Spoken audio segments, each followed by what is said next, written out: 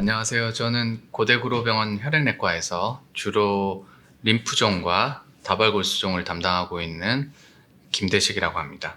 백혈구의 일종인 형질세포라고 하는 세포가 악성화가 되면서 그게 이제 과증식되는 질환을 말합니다. 주로 골수에서 과증식이 되는데요. 근데 이런 암세포들이 비정상 단백질, M 단백질이라고도 알려져 있는 그런 단백질을 만들어서 이런 단백질로 인해서 비정상적인 합병증들이 생겨나는데, 가장 대표적인 합병증들이 뼈가 약해지고 골절이 생기고 통증이 유발이 된다든지, 빈혈이 심해진다든지, 아니면 신장 기능에 장애가 발생을 한다든지, 아니면 고칼슘 혈증이 생긴다든지, 이런 특징적인 증상들이 유발될 수 있는 질환을 다발골수종이라고 합니다.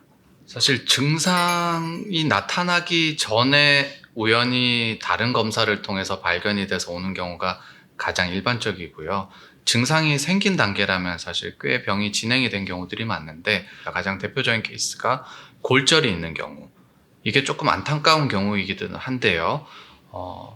척추에 압박골절이 생겼을 때 그냥 다쳐서 생긴 골절이 아니라 다발골수종 같은 병이 숨어 있는 상태에서 병적 골절인 경우들이 있는데, 이제 혈액내과가 아닌 다른 병원을 갔을 경우에 그거를 잘 모르기 때문에 그쪽보다는 일반적인 척추 압박골절에 대한 검사와 치료를 하다가 이제 제대로 된 치료가 늦어지는 케이스들이 좀 안타까운 케이스들이긴 하거든요. 비정상적인 병적 골절이 있을 때, 아니면 뼈의 통증이 느껴질 때 아마 혈액내과를 한번 찾아서 검사를 해보는 것도 좋은 방법일 것 같습니다. 좀 전에 말씀드렸던 그런 부작용들이 이제 심해지면서 압박골절이 생기면 이제 척추가 주저앉으면서 통증이 유발이 되고, 심한 경우에 신경이 눌리면 이제 마비 증상까지도 유발이 될 수 있죠. 이제 그런 것들이 문제가 될 수가 있고, 척추가 대표적이긴 하지만 이제 팔, 다리 뭐 어디든 뼈가 골절이 생길 수도 있어요. 그런 부분들은 굉장히 삶의 질을 저해하는 요소가 될 수가 있고요.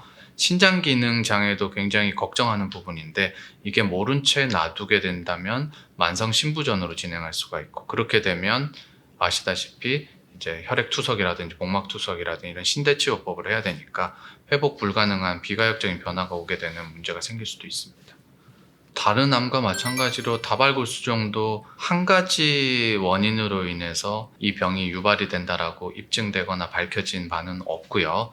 여러 가지 복합적인 요소로 인해서 나타난다고 생각을 하고 있고, 특히나 나이가 들면서 여러 가지 세포의 돌연변이가 유발되면서 생기는 병이라고 생각을 하기 때문에 원인이라고 하나로 딱 꼬집어서 말할 수는 없습니다. 다발골수종의 치료는 역시나 항암 치료가 기본이 됩니다. 근데 항암 치료가 기존에는 세포독성 항암제들이 주를 이뤘다면, 이제는 새로 나온 여러 가지 표적 치료제들이 주를 이루어서 치료를 진행을 하게 되고요.